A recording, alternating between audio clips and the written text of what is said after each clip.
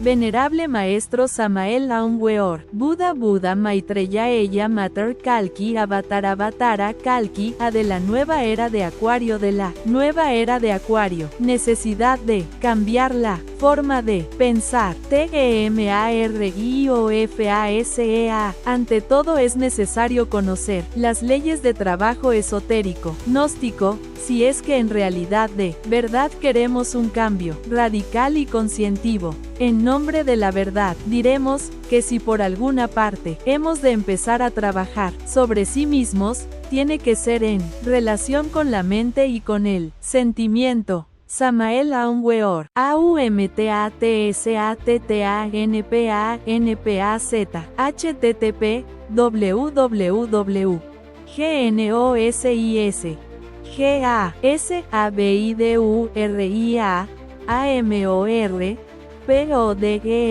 La necesidad de cambiar la forma de pensar, metamorfosis psicoemocional del hombre. Bien, mis caros hermanos, ante todo, es necesario conocer las leyes del trabajo esotérico, gnóstico, si es que, en realidad de verdad, queremos un cambio radical y definitivo. En nombre de la verdad diremos que si por alguna parte hemos de empezar a trabajar sobre sí mismos, tiene que ser en relación con la mente y con el sentimiento. Sería absurdo empezar a trabajar con el centro motor, por ejemplo, que como ustedes ya saben se relaciona con los hábitos, costumbres y acciones de tal órgano, o de tal centro. Obviamente, esto sería como empezar con un faquirismo absurdo. Y a propósito de faquires, en la India hay faquires que, por ejemplo, levantan un brazo en alto y lo sostienen por tiempo indefinido, hasta que llega a quedar rígido. Hay otros que permanecen firmes en un solo lugar, durante 20 o 30 años, hasta convertirse en verdaderas estatuas. Mas después de todo, ¿qué es lo que ganan esos faquires? Desarrollar un poco la fuerza de la voluntad, y eso es todo. No podemos pensar que ellos vayan a crear el cuerpo de la voluntad consciente. Es claro que no. No se puede recrear ningún cuerpo fuera de la novena esfera. Si fuera posible crear algún cuerpo en ausencia de la novena esfera, nosotros hubiéramos nacido, pues, del aire, o de las aguas de algún lago, o entre una roca. No seríamos hijos de un hombre y de una mujer, pero somos hijos, en verdad, de un hombre y una mujer. Entonces, la creación siempre se realiza en la novena esfera, eso es obvio. Así pues, ningún fakir podría crear el cuerpo de la voluntad consciente lejos de la novena esfera. Nada ganan, pues, los que se dedican al fakirismo, excepto desarrollar un poco la fuerza de voluntad, y eso es todo. Empezar pues, con el centro motor, sería absurdo.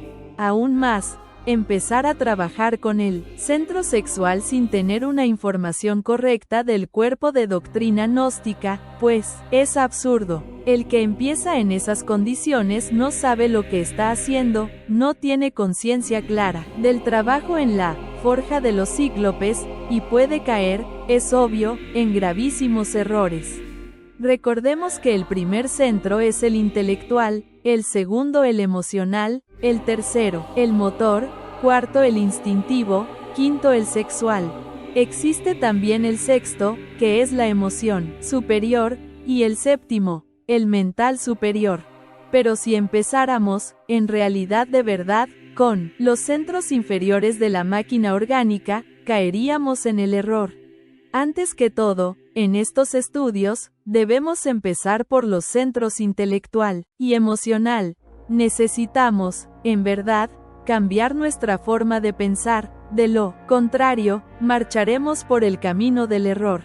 Samael Aum Weor. 2. ¿De qué serviría, por ejemplo, que ustedes asistieran a estas cátedras y no cambiaran su forma de pensar? Aquí se les dan muchos ejercicios esotéricos, se les orienta doctrinariamente, pero, si ustedes no cambian su forma de pensar, ¿de qué sirve todo lo que aquí se les dé?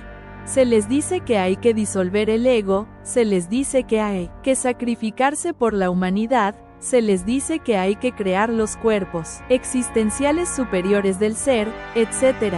Pero, si ustedes continúan pensando como antes, con los mismos hábitos mentales de otros tiempos, ¿de qué sirve todo lo que están escuchando aquí? Se les dice que hay que desintegrar el ego, pero ustedes continúan con sus viejos hábitos mentales, con sus formas y sistemas caducos de pensar.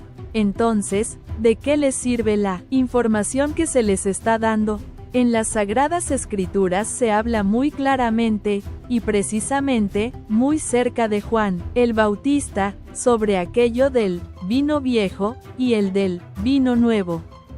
Nadie echaría, por ejemplo, dice el Cristo, vino nuevo en odre viejo, porque los odres viejos se romperían.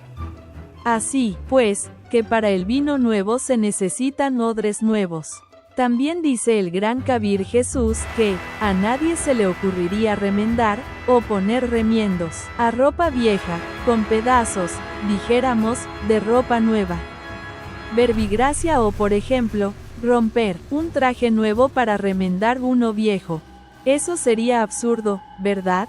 Así, también, esta nueva enseñanza es como el vino nuevo. Necesita odre nuevo. ¿Cuál es ese odre? Pues, la mente. Si no abandonamos las formas caducas de pensar, si seguimos pensando con los hábitos que antes teníamos, sencillamente estamos perdiendo el tiempo. Hay necesidad de cambiar la forma de pensar. Para el vino nuevo, odre nuevo, se necesita. Así pues, necesitamos cambiar completamente nuestra forma de pensar, a fin de recibir esta enseñanza. Ese es el punto grave de la cuestión. Porque si recibimos esta enseñanza y la añadimos a la forma que teníamos de pensar antes, a nuestros viejos hábitos mentales, pues, nada estamos haciendo, nos estamos engañando a sí mismos. Querer enganchar el carro de la enseñanza gnóstica a nuestro viejo carro, todo dañado por el tiempo y lleno de basuras e inmundicias, es engañarnos a sí mismos. Se trata, antes que todo, de preparar el recipiente para recibir el vino de la enseñanza gnóstica. Ese recipiente es la mente. Solo así, con un recipiente nuevo, transformado, con un recipiente verdaderamente magnífico, se puede recibir ese vino de la enseñanza gnóstica. Y esto es lo que quiero que todos los hermanos vayan comprendiendo. Necesitamos que las emociones negativas sean eliminadas de nosotros, porque esas emociones negativas, pues, no permiten un cambio de fondo. AGACAC 3. Es imposible transformarnos si aún poseemos dentro de nosotros emociones negativas. Nosotros tenemos que erradicar de nuestro corazón las emociones de tipo negativo, que son verdaderamente perjudiciales, en todo sentido. Una persona que se deja llevar por emociones negativas, se vuelve mentirosa en un 100%. Ya les había a ustedes contado en mi pasada cátedra, el caso de un señor XX, que actualmente se encuentra, podríamos decir, al borde de la muerte. Este buen hombre vino a tener, pues, una embolia cerebral. Motivo, muy claro, lo repito, que alguien le mal informó que su hermana había sido víctima de un fraude. Tal informe fue, después examinado y resultó falso. Mas este que ama a su hermana, creyó pues, en esa infundía difamante, y la tomó tan a pecho, que le dio una embolia cerebral. En estos momentos se encuentra al borde de la muerte. Vean ustedes ese caso. De manera que, entonces, las emociones negativas vienen a llevarnos al fracaso. Su hermana aún sigue convencida de que fue víctima del fraude, y es obvio que calumnia a un inocente, pero ella está segura de que fue víctima.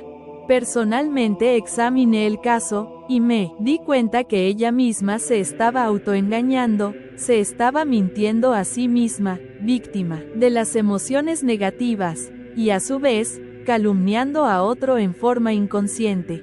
De manera que les dije a ustedes y repito, que las emociones negativas lo tornan a uno mentiroso. Observen ustedes las gentes, como mienten llevadas por las emociones negativas, lanzan juicios falsos y luego se arrepienten, pero es tarde, ya los lanzaron. Entre tanto, así pues, debemos eliminar de nuestra naturaleza las emociones negativas. La mentira, ciertamente, es una conexión falsa.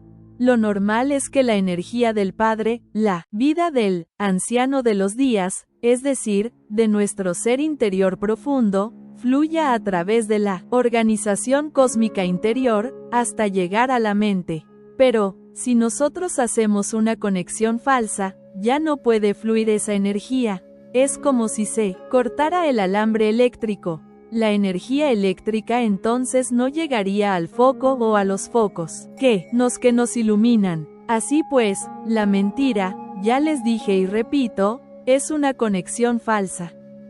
Por lo común, cuando uno se llena de emociones negativas, se torna mentiroso. Esa es la realidad de los hechos. Si nosotros, verdaderamente, comprendemos todo esto y empezamos por cambiar en nuestra forma de pensar y de sentir, bien pronto esto se reflejará en nuestras acciones. Una vez que uno ha cambiado su forma de pensar, y sentir, y actuar, entonces está perfectamente listo para empezar a trabajar con los misterios del sexo. Y ese es el error de algunos de los misioneros. Que las gentes comiencen de una vez a trabajar con el Maithuna, en la novena esfera, sin conocer siquiera el cuerpo de doctrina. Pues, esto es absurdo, porque las gentes que no han cambiado su forma de pensar, que continúan con sus mismos hábitos, las gentes que tienen sus mismas formas de sentir, que son víctimas de las emociones negativas, pues no comprenden estos misterios del sexo y los profanan. Samael Aun Weor 4. Por eso es que Paracelso insiste en que, primero que todo, hay que conocer la ciencia, para luego entrar a trabajar en la novena esfera. Y tiene razón en esto, Felipe Teofrasto, Bombasto de Hohenheim, aureola Paracelso. Empecemos, pues, por cambiar nuestra forma de pensar y de sentir. Muchos reciben aquí enseñanzas esotéricas, se les da, pero continúan pensando como antes, como pensaban hace 20 años. ¿Qué sucede entonces? Estamos perdiendo el tiempo. Si se le da a las gentes las enseñanzas para que se autorrealicen, para que cambien, y continúan pensando como antes, obviamente, pues, se marcha muy mal. Yo conozco hermanitos gnósticos que tienen 20 y 30 años de estar en las enseñanzas gnósticas y todavía piensan como pensaban cuando tenían 20 y 30 años de edad. Muy ilustrados, sí, manejan muy bien las ideas, pero si uno les examina detenidamente su vida, sus costumbres, verá que son las mismas que tenían antes.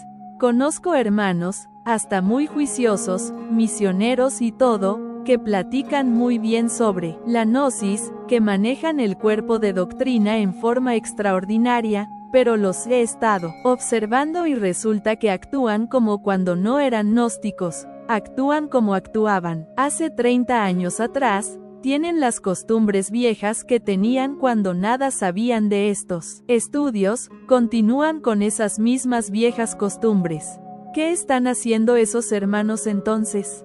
Obviamente, se están autoengañando, miserablemente pues, eso es obvio. Así pues, hemos de empezar por cambiar la forma de pensar y después la forma de sentir, poner el vino nuevo, el vino gnóstico, en odres nuevos, y no en odres viejos.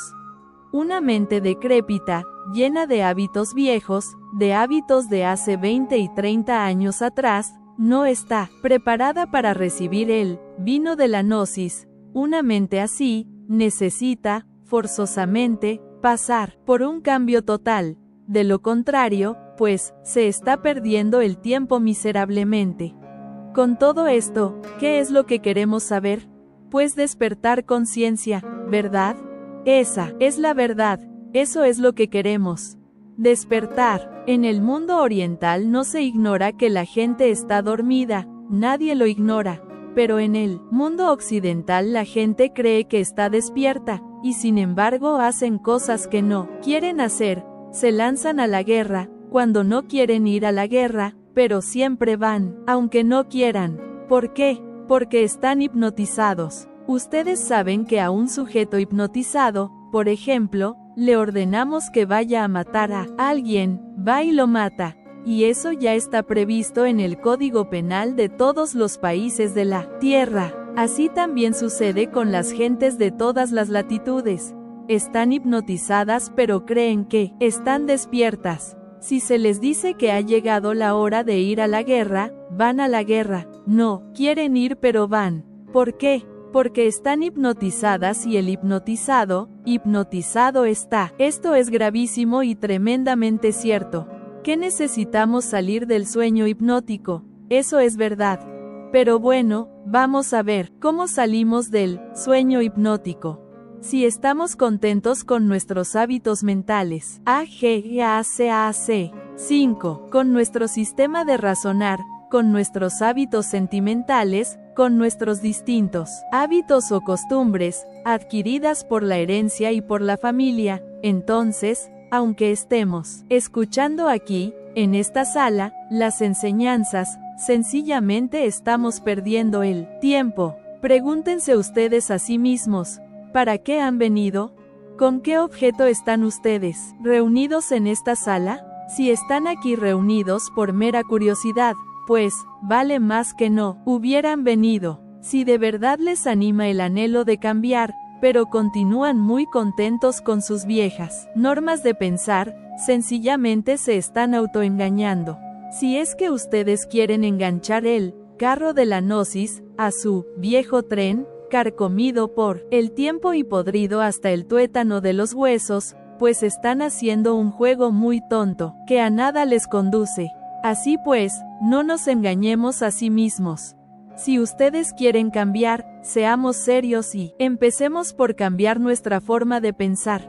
Cada cual tiene una forma de pensar y cada cual cree que su forma de pensar es la más correcta. Pero, en realidad de verdad, las diversas formas de pensar de cada cual o de todos, en conjunto, de correcto no tiene nada, puesto que están hipnotizados. ¿Cómo puede pensar correcto una persona que está hipnotizada?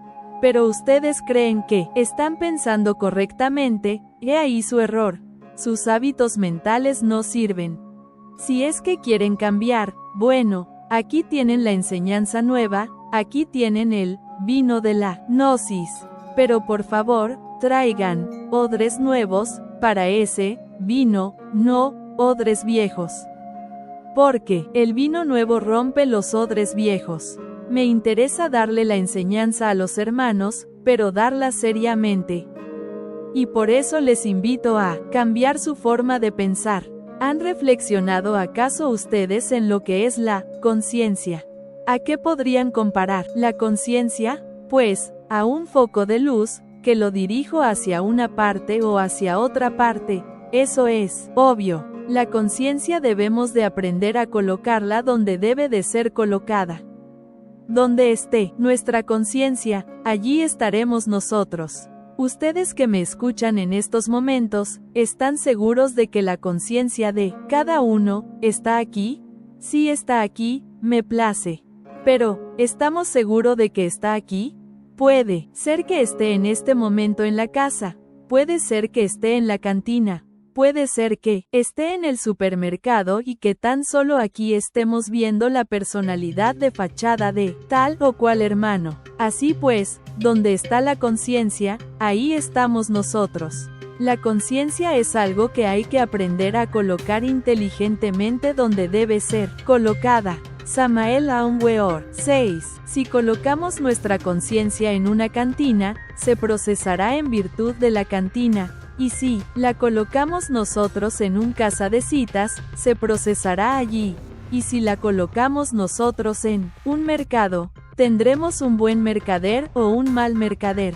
Donde quiera que esté la conciencia, allí estaremos nosotros. La conciencia está, desgraciadamente, embotellada, y un yo de lujuria podrá llevar nuestra conciencia pues, a una casa de citas. Un yo de borracheras se la podrá cargar por una cantina. Un yo codicioso se la llevará por allá, para algún mercado. Un yo asesino se la llevará por allá, a la casa de algún enemigo, etc. ¿A ustedes les parece acaso correcto no saber manejar la conciencia? Tengo entendido que es absurdo llevarla a lugares donde no debe estar. Eso es obvio. Desgraciadamente, repito, nuestra conciencia, actualmente, está enfrascada, sí, embotellada entre distintos elementos inhumanos que en nuestro interior cargamos. Necesitamos quebrar todos esos elementos, dentro de los cuales se halla embotellada la conciencia. Pero digo, ¿haríamos eso si no cambiáramos nuestra forma de pensar? Si estamos contentísimos con nuestros viejos hábitos, caducos y extemporáneos, que tenemos en la mente, ¿nos preocuparíamos acaso por despertar la conciencia? Es claro que no. Si se quiere cambiar, vamos a cambiar desde ahora mismo, a cambiar nuestros hábitos mentales, nuestra forma de pensar. Cuando uno cambia de verdad, origina cambios interiores.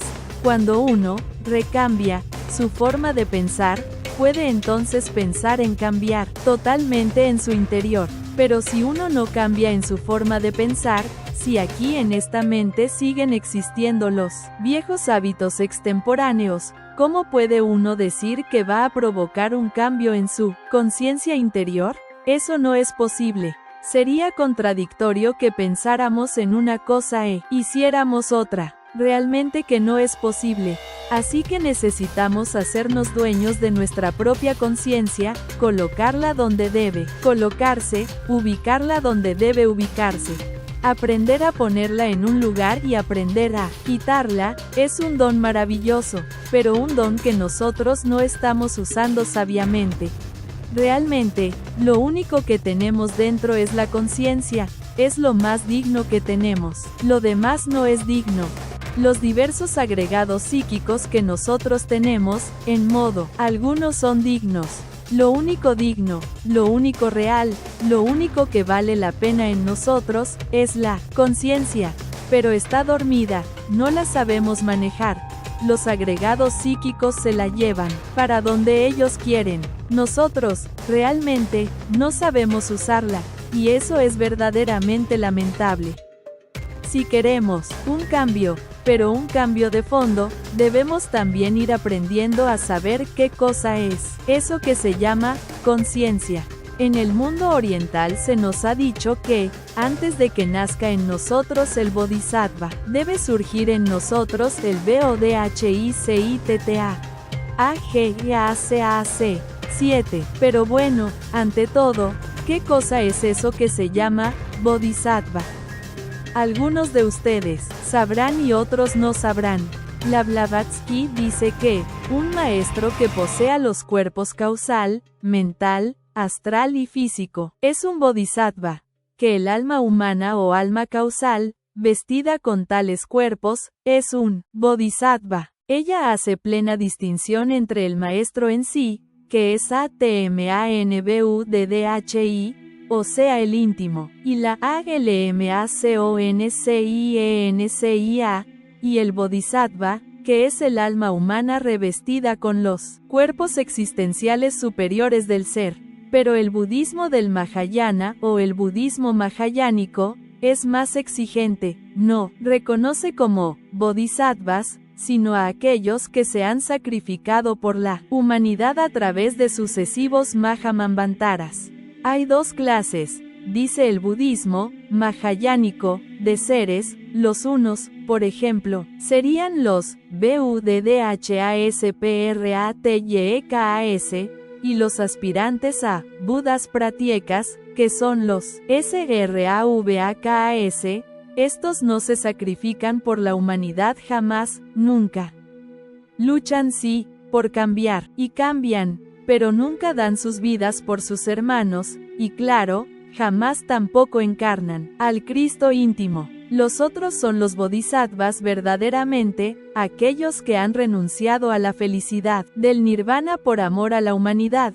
aquellos que en distintos Mahamanvantaras han entregado su sangre por la humanidad, que pudiendo vivir felices en el nirvana, han renunciado a cualquier felicidad por sus hermanos en la tierra. Ellos son los únicos que, verdaderamente, pueden encarnar al Cristo. Pero bueno, volvamos a esto del bodhicitta. ¿Qué cosa es el bodhicitta? Es la conciencia ya despierta, desarrollada, convertida en el embrión áureo, es la verdadera armadura ARGGNTADA, que nos puede proteger de las potencias de las tinieblas, que nos da la sapiencia, la experiencia. Antes de que surja un bodhisattva dentro del interior de alguien, surge el bodhicitta, es decir, la conciencia despierta y desarrollada. Vean ustedes, cuánto vale, pues, ese don que se llama conciencia. Es lástima que la humanidad tuviera la conciencia enfrascada entre el ego.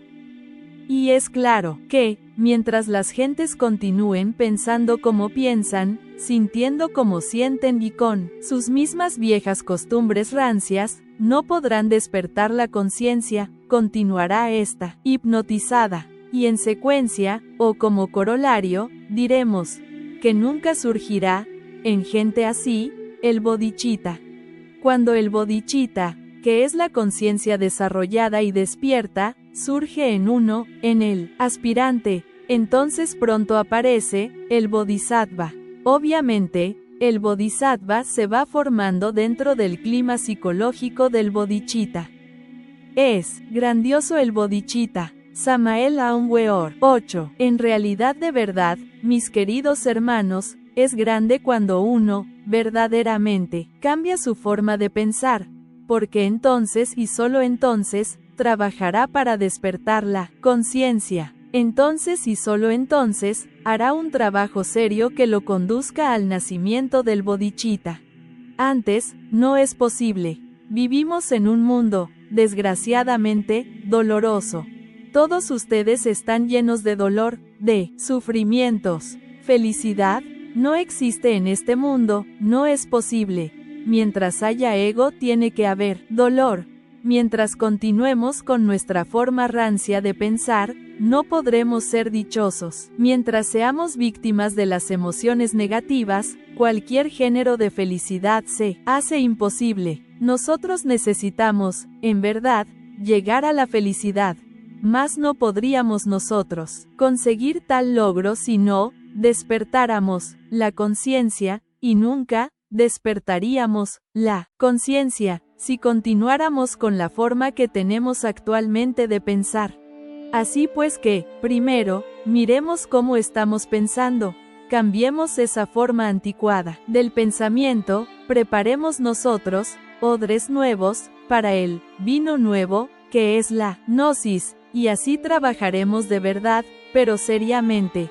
Este mundo, en sí mismo, es el producto de la ley de la originación. Este mundo se sostiene con las leyes de causa y efecto, que son las leyes del karma. También se les llama leyes de acción y consecuencia. Tal acción, tal consecuencia. Este es un mundo bastante complejo.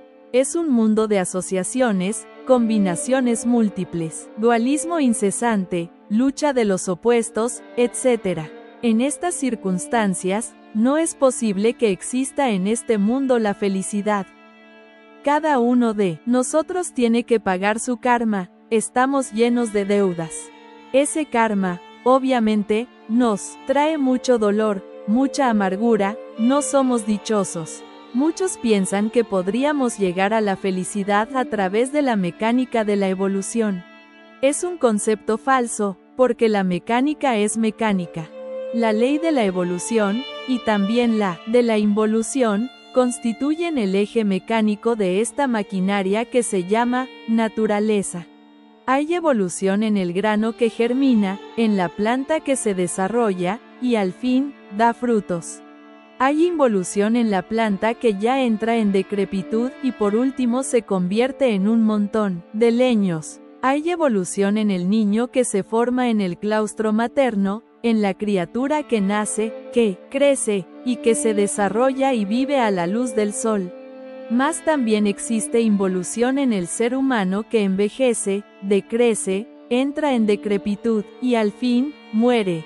Eso es completamente mecánico. Mecánica es la ley del karma también, en cierto sentido, en el sentido causativo, mirada a la luz de las 12D y DANAS.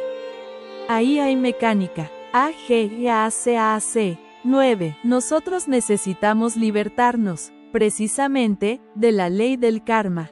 Necesitamos libertarnos de ese movimiento mecánico de la naturaleza. Necesitamos hacernos libres y esto no será mediante la evolución mecánica. Cualquier evolución mecánica se procesa de acuerdo con las leyes de causa y efecto, las leyes de las asociaciones, de las combinaciones mutuas, etc.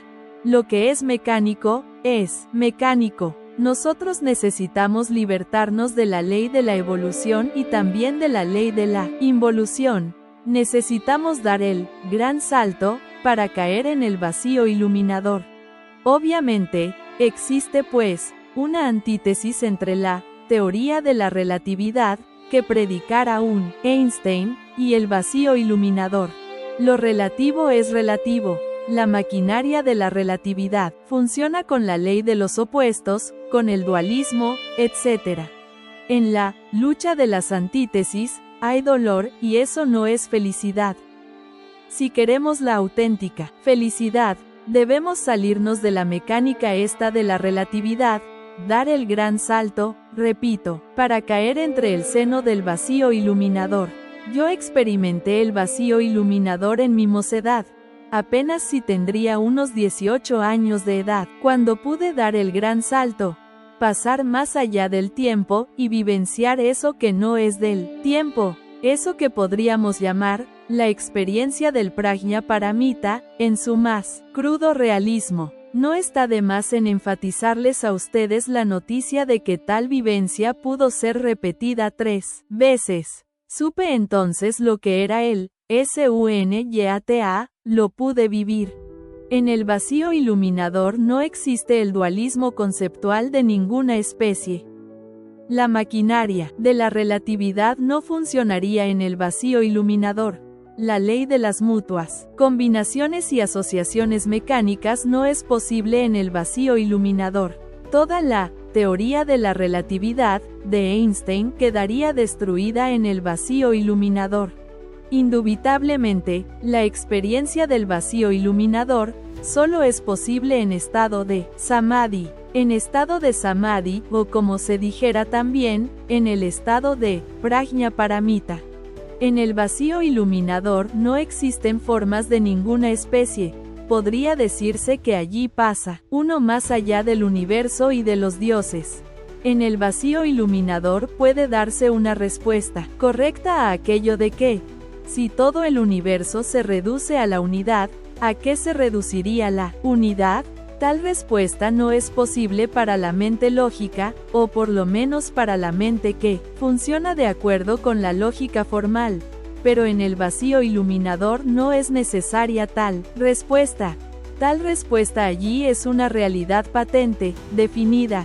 Si todas las cosas se reducen a la unidad también se reduce a todas las cosas. Entonces, quien entra en ese estado, de MAHASAMADHI, dijéramos, vive en todas las cosas, desprovisto de forma, y esto, de por sí, ya es grandioso, sublime e inefable. Sumergirse definitivamente en sunyata, es decir, en el vacío iluminador definitivo, solo es posible mediante el gran salto y a condición definitiva de haber pasado por la aniquilación budista total. De lo contrario, no sería posible.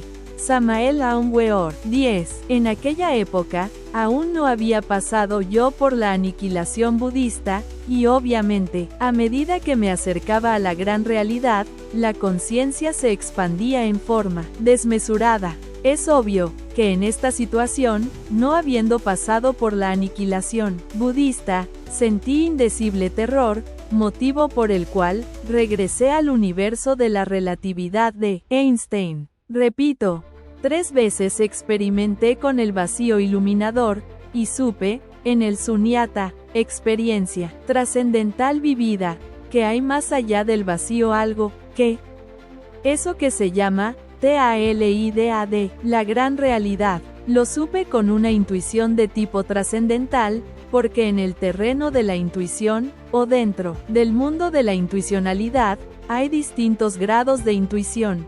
Incuestionablemente, el más elevado grado intuicional es el de las mentes filosófico-religiosas o filos o con acento agudo fico-místicas. Es el tipo de intuición que corresponde al prajna paramita.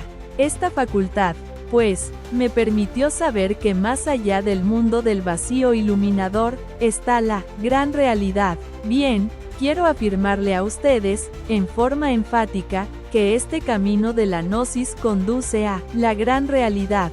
La gran realidad o la talidad, Sunyata, prajna paramita, está más allá del universo de la relatividad, es decir, más allá de la mecánica esta de la relatividad, y más allá, mucho más allá del vacío iluminador. Es decir, la talidad trasciende a estos dos opuestos que yo llamaría mecánica de la relatividad y vacío iluminador. No es el vacío iluminador la última palabra, es la antesala de talidad, es decir, de la gran realidad. Estoy hablándoles a ustedes, no en forma meramente teórica. En pasados Maha Manvantaras experimenté la talidad, y como quiera que la conozco, tengo que dar de ello vivo testimonio. Lo importante para nosotros es pasar por una suprema aniquilación, a fin de que la conciencia, convertida en bodhicitta y totalmente despierta, pueda dar el gran salto para caer entre el vacío iluminador, un paso más y llegaremos a la talidad. Pero, como les digo, debemos empezar por cambiar nuestra forma de pensar para trabajar correctamente sobre sí mismos. DGSINTEGRANDO, realmente, los elementos psíquicos indeseables que llevamos dentro. Así podríamos conseguir nosotros el despertar de la conciencia y el desarrollo del bodhicitta si ante todo cambiáramos nuestra forma de pensar. Es necesario saber meditar, comprender lo que es la técnica de la meditación. El objeto de la meditación es muy simple. ¿Qué es lo que queremos nosotros a través de la meditación? TRANQUILIZARNOS, tranquilidad. Parecería muy superfluo lo que estamos diciendo, y ustedes podrían objetarme que podríamos tranquilizarnos con una botella de vino, ¿no? ¿Es eso claro? Podrían objetarme, AGACAC. 11. También que, podríamos tranquilizarnos oyendo una sinfonía de Beethoven. Eso podrían ustedes decirme, pero, en realidad, de verdad, conseguir la tranquilidad, es lo más difícil que ustedes imaginarse puedan. Así que nadie podría tener tranquilidad mental, tener su mente en santa paz, si no ha eliminado de su centro intelectual todo el pensar caduco y extemporáneo que carga. Nadie podría tener paz en su corazón si no hubiese eliminado de sí mismo previamente las emociones negativas y perjudiciales. Así que cuando un gnóstico, un ARHAT gnóstico se sumerge en meditación, busca tranquilidad. En esos instantes, se propone trabajar sobre algún elemento inhumano que haya descubierto en sí mismo, mediante la autoobservación. Posiblemente, descubrió la ira. Bueno, se dedicará entonces a comprender el agregado psíquico de la ira, hasta volverla polvo con la ayuda de su divina madre KUNDALINI, que deberá invocar para que la auxilie. O tal vez descubrió que tiene el agregado psíquico del odio. Entonces se propondrá a desintegrar tal agregado, para que surja en su reemplazo el amor. A medida que uno vaya desintegrando todos esos agregados psíquicos inhumanos que cargamos en nuestro interior, la conciencia irá despertando. Mucho se habla en la gnosis sobre el sexo, pero debemos primero cambiar nuestra forma de pensar, para que tengamos una rica información, para que nos hagamos más conscientes de la enseñanza. Solo así, trabajaremos con éxito en la fragua encendida de Vulcano. No queremos en modo alguno, esta noche, eludir los misterios sexuales. Es bueno que ustedes entiendan que el camino que conduce a la talidad es, y subrayo esto, completamente, absolutamente sexual, y esto hay que entenderlo. Incuestionablemente, un soltero, una soltera, pueden disolver, a base de mucha comprensión, un 50% de agregados psíquicos, siempre cuando se apele a la Divina Madre, Kundalini durante la meditación. Pero, hay elementos psíquicos muy pesados que corresponde al mundo de las 96 leyes. Estos no se desintegran sino, exclusivamente, con el molinillo eléctrico de los físicos, con la svástica en movimiento, que genera determinada tipo de electricidad sexual trascendente. Obviamente pues, la mujer serpiente, o sea, la princesa Kundalini, la divina madre cósmica, es reforzada mediante ese tipo de electricidad. Y entonces, puede con su poder eléctrico, desintegrar atómicamente los elementos psíquicos más pesados, en los cuales está embotellada la conciencia. Así, poco a poco, llega el instante en que la conciencia queda completamente liberada y despierta, lista para dar el gran salto y caer en el vacío iluminador, que es la antesala de la gran realidad. Samael Aun Weor. 12. En este mundo se nos ha criticado demasiado porque ponemos énfasis en el sexo. Muchos suponen que hay muchos caminos que puedan conducir a la gran realidad. Obviamente, que cada cual es muy libre de pensar como quiera, pero en nombre de la verdad y por experiencia mística directa, acumulada en el fondo de mi conciencia, a través de sucesivos Mahamanvantaras, puedo decirles que el camino que conduce directamente a la gran realidad, a la talidad, más allá del vacío iluminador y de la mecánica, de la relatividad, es absolutamente sexual, en un 100%. Quienes disienten en esta cuestión, revelan, en este proceder psicológico, desconocimiento de la cruda realidad.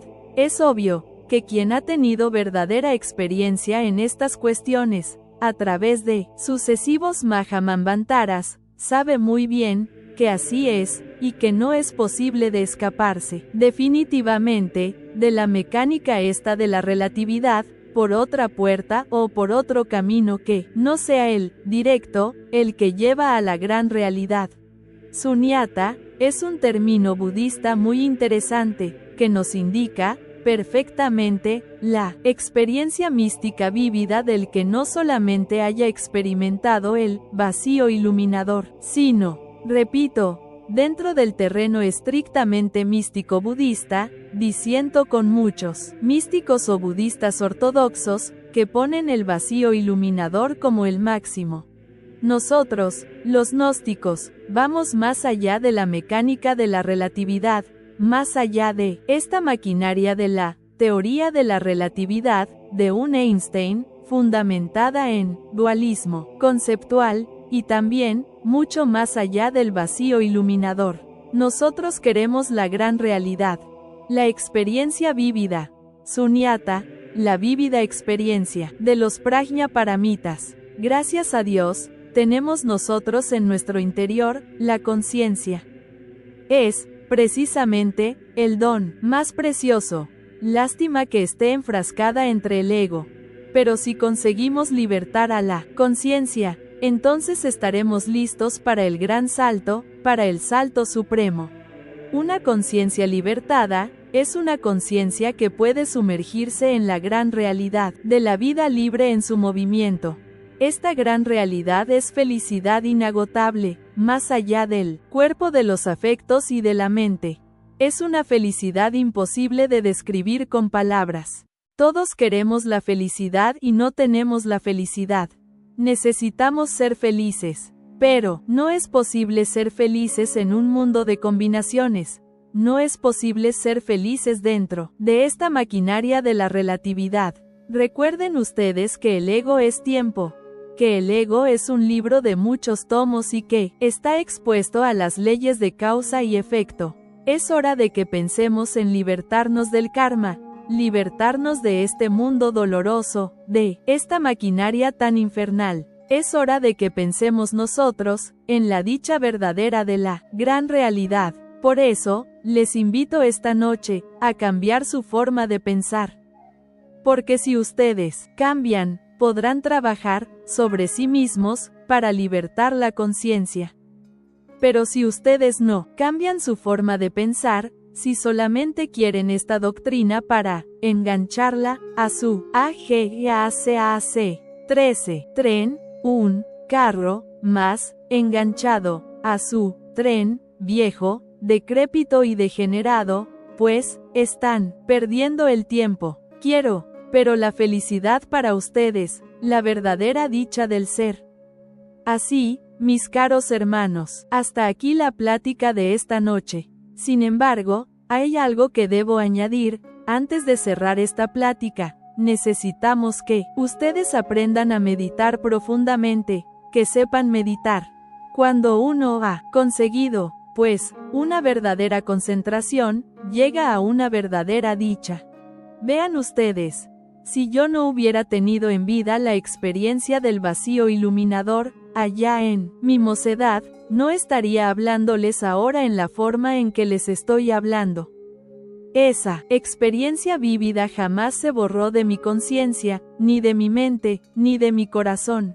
Es posible que en un samadhi de estos, es decir, en una práctica de meditación profunda, pueda la conciencia de un ser humano escaparse de entre el ego para experimentar la dicha del vacío iluminador. Es obvio que si lo consigue, trabajará con gusto sobre sí mismo, trabajará con ardor, porque habrá experimentado, ciertamente, en ausencia del ego, eso que es la verdad, eso que no es del tiempo, eso que está más allá del cuerpo, de los afectos y de la mente. Aquí, les he enseñado una forma sencilla de meditar, porque hay un tipo de meditación que está dedicado a la autoexploración del ego, con el propósito de desintegrarlo, de volverlo cenizas. Pero, hay también otro tipo de meditación, que tiene por objeto llegar, algún día, a la experiencia de lo real. Ojalá lo lograrán ustedes, para que se sintieran animados interiormente y trabajarán sobre sí mismos. Sin embargo, conceptúo que es necesario tener algún mantram que sirva. El mantram que les voy a dar esta noche es muy sencillo. Ya les di una palabra de ese mantram en una pasada plática y ustedes lo recordarán, gate. Pero, esta noche les voy a dar, completas, las palabras de todo el mantram, gate, paragate, PARASAMGATE, BODHI, SUA, A. En las grabadoras tiene que haber quedado grabado y también en los corazones. Repito, gate, paragate, PARASAMGATE, BODHI, SUA, A. Ese mantram se pronuncia suavemente, o con la mente y el corazón. Puede también usarse como verbo silenciado, porque hay dos tipos de verbo articulado, y verbo silenciado. El verbo silenciado es poderoso. Se relaja el cuerpo totalmente, y después de relajado, se entrega totalmente a su Dios interior, profundo, sin pensar en nada, únicamente recitando, con la mente y el corazón el mantram completo, gate, paragate, PARASAMGATE, BODHI, SUA, A. La meditación debe ser muy honda, muy profunda, los ojos cerrados, el cuerpo relajado, entregado completamente a su Dios interior. Ni un solo pensamiento se debe admitir en Samael Aun Weor 14. Esos instantes. La entrega a su Dios debe ser total y solamente el mantram debe resonar en su corazón. Este mantram, entiendo que abre el ojo de DANGMA. Este mantram profundo, un día los llevará a ustedes a experimentar, en ausencia del ego, el vacío iluminador. Entonces sabrán lo que es el sunyata. Entonces entenderán ustedes lo que es el prajna paramita. Perseverancia es lo que se necesita. Con este mantram podrán ustedes llegar muy lejos. Conviene experimentar la gran realidad, alguna vez en la vida. Porque así se llena uno de ánimo para la lucha contra sí mismo. Esa es la ventaja del sunyata. Esa es la ventaja más grande que existe, en relación con la experiencia de lo real. Y para que esta noche se aproveche la meditación, y el mantram como es debido, vamos a entrar un rato en meditación con el mantram. Ruego a todos los hermanos, pues, entrar en la meditación. Relajen todos sus cuerpos, apaguen las luces, primero que todo. Relajación total del cuerpo físico. Relajación completa y entrega completa a su Dios interior profundo. No piensen en nada, de nada, de nada, de nada. Recitarán el mantram, lo repetiré muchas veces para que no se les olvide. Después de esta meditación, pues, podrán anotarlo, para eso están las grabadoras. Voy a repetirlo. G-A-G-A-T-E, T-E-E, G-A-G-A-T-E,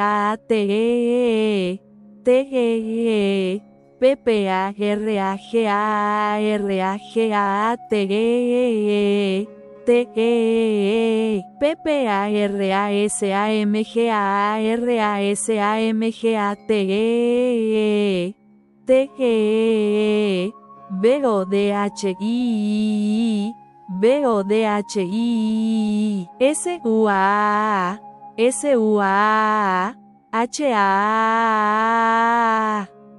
H-A. Repito, lo repite 7 veces. Sigan repitiendo con sus corazones, con sus mentes. No piensen en nada, de nada, de nada. Entréguense completamente a su Dios. Siéntanse cada uno de ustedes como un cadáver, como un difunto. Repito, G-A-T-E, G-A-T-E, para G-A-T-E,